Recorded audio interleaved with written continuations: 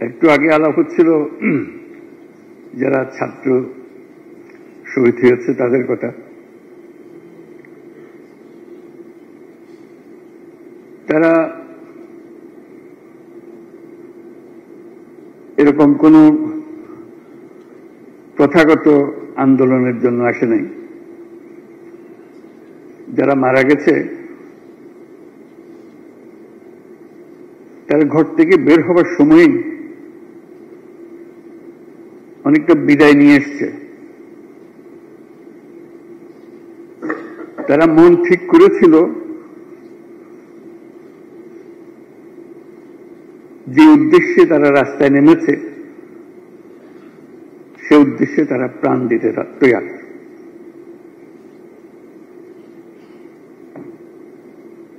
দুই বন্ধু একত্রে রওনা হয়েছে। তাদের মধ্যে হাসি ঠাট্টা আলাপ হচ্ছে, কে যাবে আজকে, কার প্রাণ যাবে।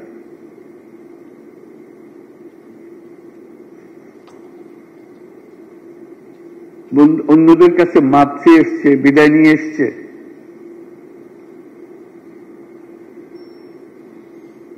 যে প্রাণ গেলে যাবে, যে লক্ষ্যে তারা রাস্তায় নেমেছে সে লক্ষ্য অর্জন করবেই।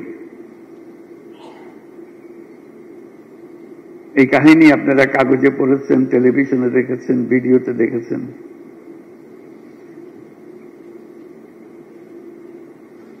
একটু আগে হাসপাতালে দৃশ্যের কথা বর্ণনা হলো।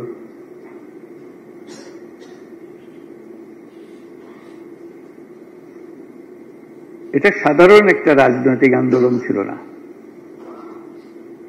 যেখানে আমরা রাস্তায় মিছিল করি, জিন্দাবাদ দিই, মুর্দাবাদ দিই, ঘরে ফিরে আসি।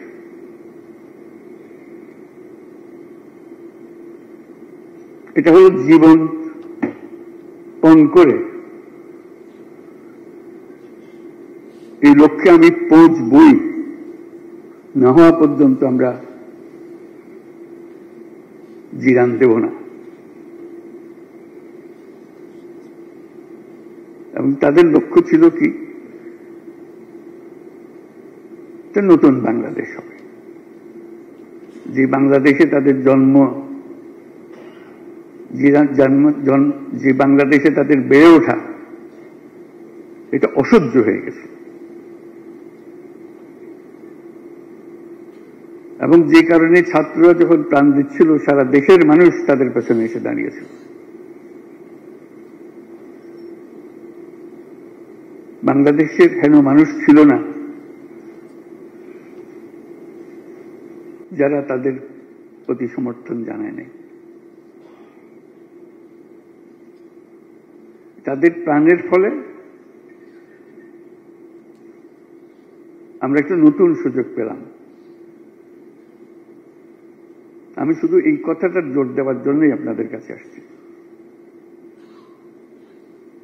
এই সুযোগ না আসলে আমাদের যে পচন ধরেছিল, সে পচন থেকে আমাদের মুক্তির কোনো চিহ্ন দেখা যাচ্ছিল না। হঠাৎ করে সমস্ত বাধা আমাদের কাছ থেকে চলে গেল। আমরা আর পচন নয়, আমরা সুস্থ জাতি হিসেবে, সবল জাতি হিসেবে দাঁড়াতে চাই।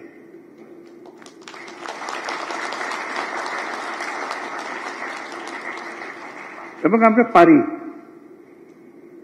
তার প্রমাণ হলেন আপনারা।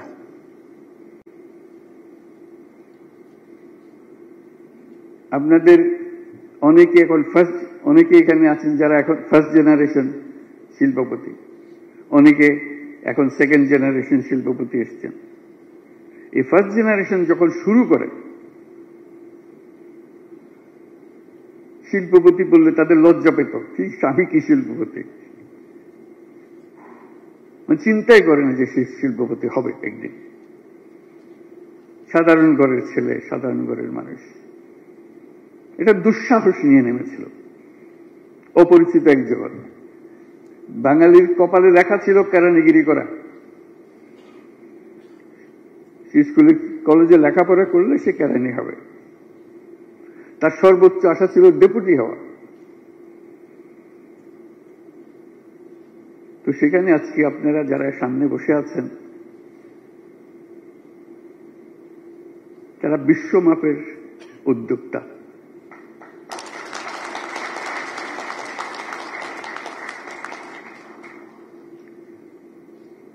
এই বিশ্বমাপের উদ্যোক্তা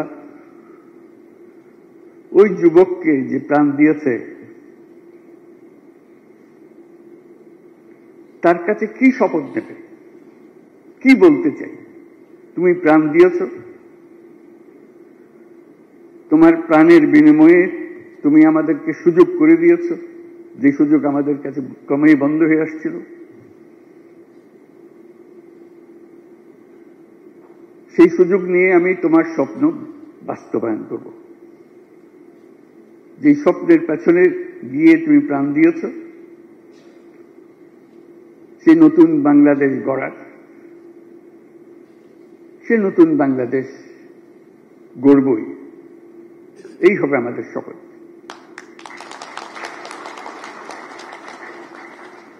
এই সুযোগ জাতির জীবনে বারে বারে আসে না। চিন্তা করে দেখুন, কি এই সুযোগ? সমস্ত কিছু থেকে আপনি মুক্ত। অতীত আপনাকে আর টানবে না। আপনি নতুনভাবে জন্মগ্রহণ করেছেন, নতুনভাবে অগ্রসর হবেন। নতুন করে যেই স্বপ্ন তারা আমাদের মনে জাগিয়ে দিয়েছে, সেটা যদি আপনার মনে রেখাপাত করে, তাহলে সেই স্বপ্ন পূরণে আপনিও শরীক হবেন। এটাই তো বিষয়। যে সুযোগ আর কখনো আসে কিনা জানি না,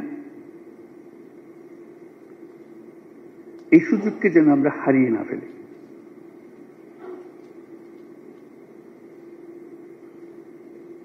এই সুযোগ হারিয়ে ফেললে জাতির কাছে আর কিছুই অবশিষ্ট থাকবে না। সেটাই আপনাদের কাছে আবেদন। এখানে কোনো অভিযোগ, পাল্টা অভিযোগ করার বিষয় না। বাংলাদেশ একটা ছোট দেশ, অসংখ্য মানুষ, 17 কোটি মানুষ। অদ্ভুত এক দেশ, সবাই সবাইকে চেনে। যেখানে যান, ও আচ্ছা তাই নাকি, ও তো আমাদের স্কুলে ছিল, একটা না একটা যোগসূত্র বের হয়ে যায়। যেখান থেকে আসুন, বাংলাদেশে কেউ কারো অপরিচিত না। এটাও একটা বড় শক্তি আমাদের। দুনিয়ার কোন দেশ বোধহয় নাই এত কম্প্যাক্ট ফ্যামিলি, এত ঘনিষ্ঠ। কেউ সরকারে আছে, কেউ সরকারের বাইরে আছে, কেউ ব্যবসাতে আছে, কেউ সামরিক বাহিনীতে আছে। একটু খোঁজ করলে বলে আমার এক ভাই তো ওখানে, আরেক ভাই ওখানে, আরেকজন বিদেশে। এই তো আমাদের জগৎ। সেটা একটা বড় শক্তি, যে শক্তি অন্য জাতির হয়তো নাই, আমাদের আছে। আমরা কিছু একটা ইচ্ছা করলে, সেটা কোমর বেঁধে ফেললে সেটা করে ফেলতে পারি। এই বাংলাদেশের মধ্যেই তৈরি পোশাকের শিল্প তৈরি হলো আউট অফ নোওয়্যার। এখন দ্বিতীয় লার্জেস্ট এক্সপোর্টার। কি সাংঘাতিক কথা! কোথার থেকে কোথায় এক জীবনে। বাংলাদেশে কত কি হলো, কিন্তু আমাদের শিল্প থেমে থাকেনি। বাধার কোনো সীমা নেই। ব্যবসা করা এটা মহাসংগ্রাম, কাজের না। সরকারের সঙ্গে মোকাবেলা করা, তার লোকজনের সঙ্গে মোকাবেলা করা।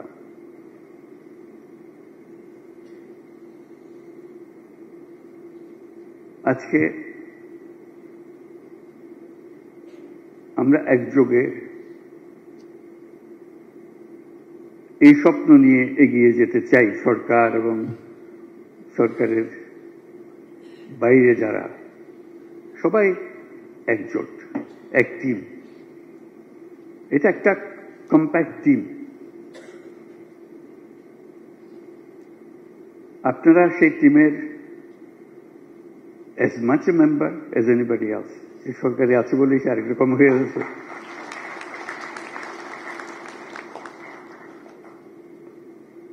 কিছুদিন সময়, আমরা সারা জীবন ধরে হবে কিনা জানি না, যে কোন সময় আমরা এই দায়িত্বে আছি, আমরা টিম হিসেবে কাজ করতে চাই, যাতে যে আজকে যে 2 নম্বরে আছি, কি করে আমরা 1 নম্বর হব। আমাদের মেয়াদকালে যদি আপনারা 1 নম্বরে নিয়ে যেতে পারেন, আমরাও স্মরণ করবো, যাক বাবা একটা কিছু করছি।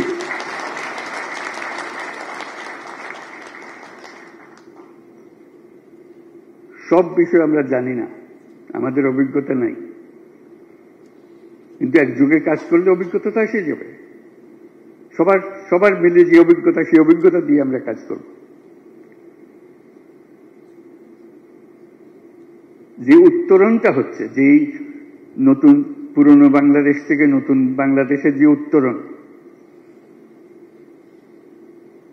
সেটা কঠিন কাজ, কিন্তু মন ঠিক করে ফেললে সেটাও উত্তরণ করা যায়, সেটাও পার হওয়া যায়। সেটা কিভাবে পার হব, যে পুরনের যে বর্ণনা একটু আগে আপনারা শুনলেন, যেগুলোর সঙ্গে আমরা বোঝাপড়া করার চেষ্টা করছি, সেখান থেকে যাতে দ্রুত আমরা উত্তরণ করে আসতে পারি, যাতে যেই স্বপ্ন বাস্তবায়নের দায়িত্ব আমরা সবাই মিলে পেয়েছি, সেই স্বপ্ন যেন বাস্তবায়ন করে ফেলতে পারি। আমরা আজকে ধর্ণা দিই ব্যবসায়ীদের কাছে, যারা ইউরোপে আছে, আমেরিকাতে আছে, তাদের কাছে আমাদের ফরিয়াদ নিয়ে গিয়ে কি করতে হবে, কি করতে হবে। তারাও কৌতূহল নিয়ে দেখে আছে আমাদের এখানে কি হচ্ছে। তাদেরকে আমরা দেখে আনতে পারি, এখানে আসুক, তোমরাও শরীক হও এর মধ্যে। আমাদেরকে সুযোগ দরকার, যাতে করে আমরা যেই পরিধিতে আছি সেই পরিধির উপরে, আরো উপরে চলে যেতে পারি। এবং যে সমস্ত সুযোগ সুবিধা আমাদেরকে এখনো দাও নেই, বরং কথা হচ্ছে যদি আমরা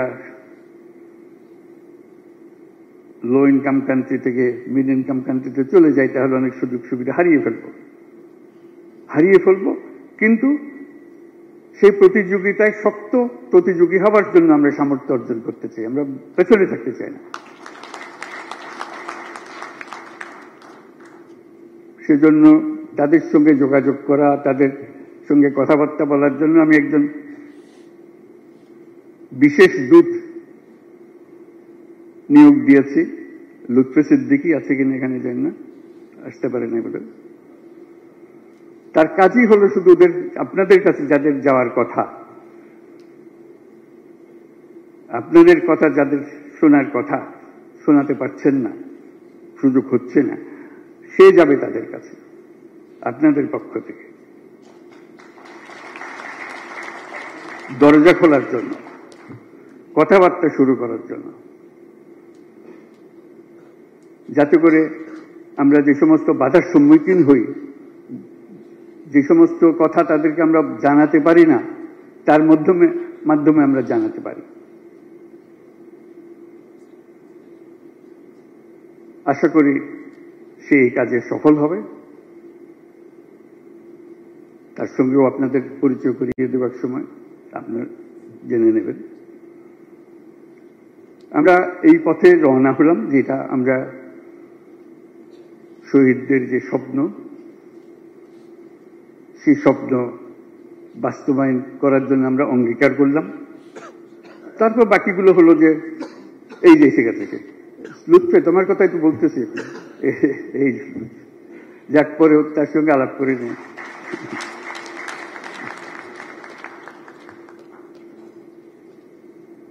কাজে আমরা আলাপ আলোচনা করে সেগুলো সমাধা করা।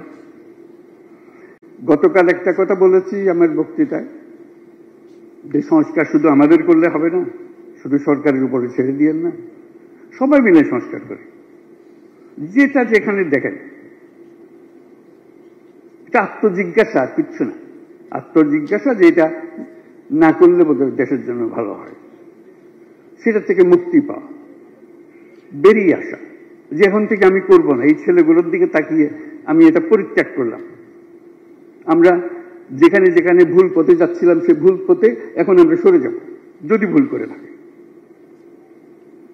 সেই সংস্কারটা আমরা আমাদের প্রতিষ্ঠানে করতে পারি, আমাদের সমিতিতে করতে পারি, আমাদের আয়োজনে করতে পারি, এটা যেন আমরা করি। এবং আমার একটা বড় আশা, যে সময় মেয়াদকালে আমরা এখানে থাকব, শ্রমিক মালিকের সম্পর্কটা সুন্দরভাবে গড়ে তোলা। এটা বহুদিন পড়ে আছে। আমরা জেনেভা কনভেনশন যোগ দিতে পারি নাই। সবাই যখন একটা টিম হলাম, শ্রমিক মালিক সরকার সব যখন টিম হলাম, ওটাও আমরা করে ফেলি। ওটা না করলে সামনে এগুলো কষ্ট হবে, যেখানে যাবেন এটা বাধা দেবে। বলছে কই তোমরা তো শ্রমিকদের যা শর্ত প্রাপ্য এগুলোতে তোমরা সই করতেছ না। কাজেই যদি আমাদের এগোতে হয়, পরিষ্কারভাবে এগোতে হয়। আমাদেরকে সাহস দেন, এগিয়ে আসেন, আমরা সবাই মিলে আইএলও কনভেনশনে স্বাক্ষর করে ফেলি।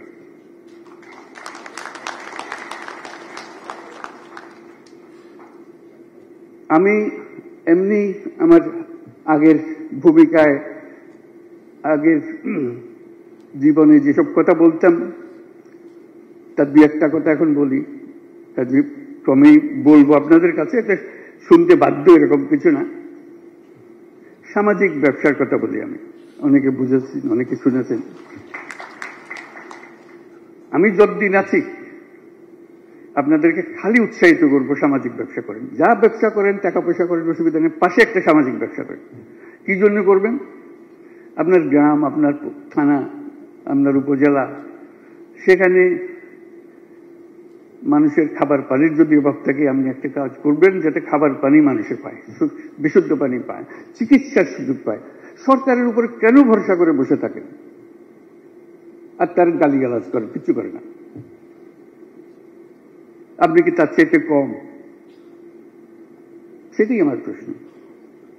কি আসে যায় আমার এলাকার যতটুকু আপনি ইচ্ছা করেন, আপনার গ্রামে করতে পারেন, আপনার উপজেলায় করতে পারেন, আপনার জেলায় করতে, ভিন্ন জেলায়ও করতে পারেন, যেখানে আপনার ব্যবসা আছে, যেখানে আপনি কাজ করেন। সামাজিক ব্যবসাটা কি? এমন ব্যবসা যে স্বনির্ভরশীল, নিজের টাকায় নিজে চলতে পারে, কিন্তু তার থেকে কোনো মুনাফা আমি চাই না। এটুকু শুধু ব্যবসা। অন্য ব্যবসাতে আমি মুনাফা চাই, এই ব্যবসাতে আমি মুনাফা চাই না। আমি বিনিয়োগ করি, আমি আমার টাকা ফেরতও নিয়ে আসতে পারি, কিন্তু সে নিজের টাকায় নিজে চলবে। যেহেতু আমি উদ্যোক্তা, আমি জানি কি করে ব্যবসা করতে হয়। আরেকদম জানে না, সে সরকারি কর্মচারী, সে গিয়ে যে কাজ করে সেটা আমার পছন্দ হয় না। কাজে আমি নিজের মতো করে করবো, আনন্দ পাবো। যখন বাড়ি যাব, যখন আমার এলাকায় যাব, দেখবো যে হ্যাঁ তারা স্বাস্থ্য সেবা পাচ্ছে, একটা কিছু যেটা আপনার পছন্দ হয়। এনভায়রনমেন্টের হতে পারে, শিক্ষার ব্যবস্থা হতে পারে, কত রকম জিনিস আপনার সামনে আছে। শুধু কিছুটা টাকা আলাদা করে রেখে দেবো, এটা আমার সামাজিক ব্যবসাতে বিনিয়োগ করব। এবং সামাজিক ব্যবসার মজা হচ্ছে, ওই টাকা আপনি যদি সফল হন, ওই টাকা আপনি ফেরত নিয়ে আসতে পারবেন, ওই টাকা নিয়ে আসতে পারবেন। তারপর থেকে এক পয়সা আনবেন না, ওই ব্যবসা দিয়ে ব্যবসা চলবে। এবং সেটার জন্য তহবিল সৃষ্টি করতে পারেন। যারা সামাজিক ব্যবসা করতে চায়, আমি পারতেছি না, যারা সামাজিক ব্যবসা করতে চায় আমি বেছে বেছে তাকে বিনিয়োগ করব, করতে পারি।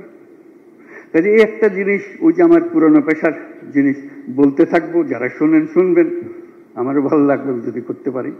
বিদেশে অনেকে করে, বিদেশে বড় বড় ব্যবসায়ী আমাদের সঙ্গে সামাজিক ব্যবসা করে বাংলাদেশে এসে, শুনেছেন বলে দাননের কথা, ইউনিক্লোর কথা, ইউনিক্লোর দোকান আপনারা দেখেছেন, সামাজিক ব্যবসা তারা এখানে এসে করছে, যেহেতু তারা উদ্বুদ্ধ হয়েছে। ওখান থেকে তারা এক পয়সা রোজগার করতে যায় না, এটা ওখানে চলবে। পানির ব্যবসা আছে, বিওলিয়ার পানির ব্যবসা এখানে।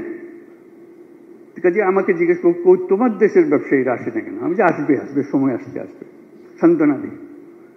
এবং সেটার জন্য একটা নতুন কথাও বলি সবসময়, মানুষ শুনে কখনো হাসে কখনো সিরিয়াসলি নেয়। আমি বলি যে making money may be happiness, টাকা রোজগার করা খুব আনন্দের জিনিস, making money is happiness, making other people happy is a super happiness.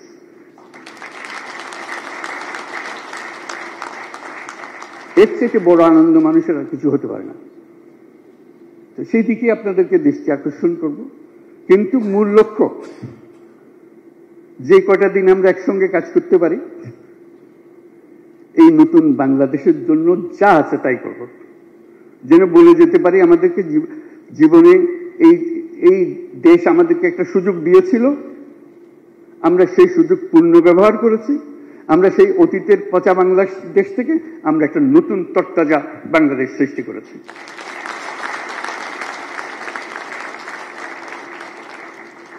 এবং এটা আমরা পারি, এটা কোনো গল্প না, কল্পকাহিনী না। আমার দৃঢ় বিশ্বাস, আপনারা যদি মন ঠিক করেন, খুব দ্রুত গতিতে এই নতুন বাংলাদেশ আমরা গড়ে তুলতে পারি। চলেন একসঙ্গে কাজ করি আমরা। ধন্যবাদ।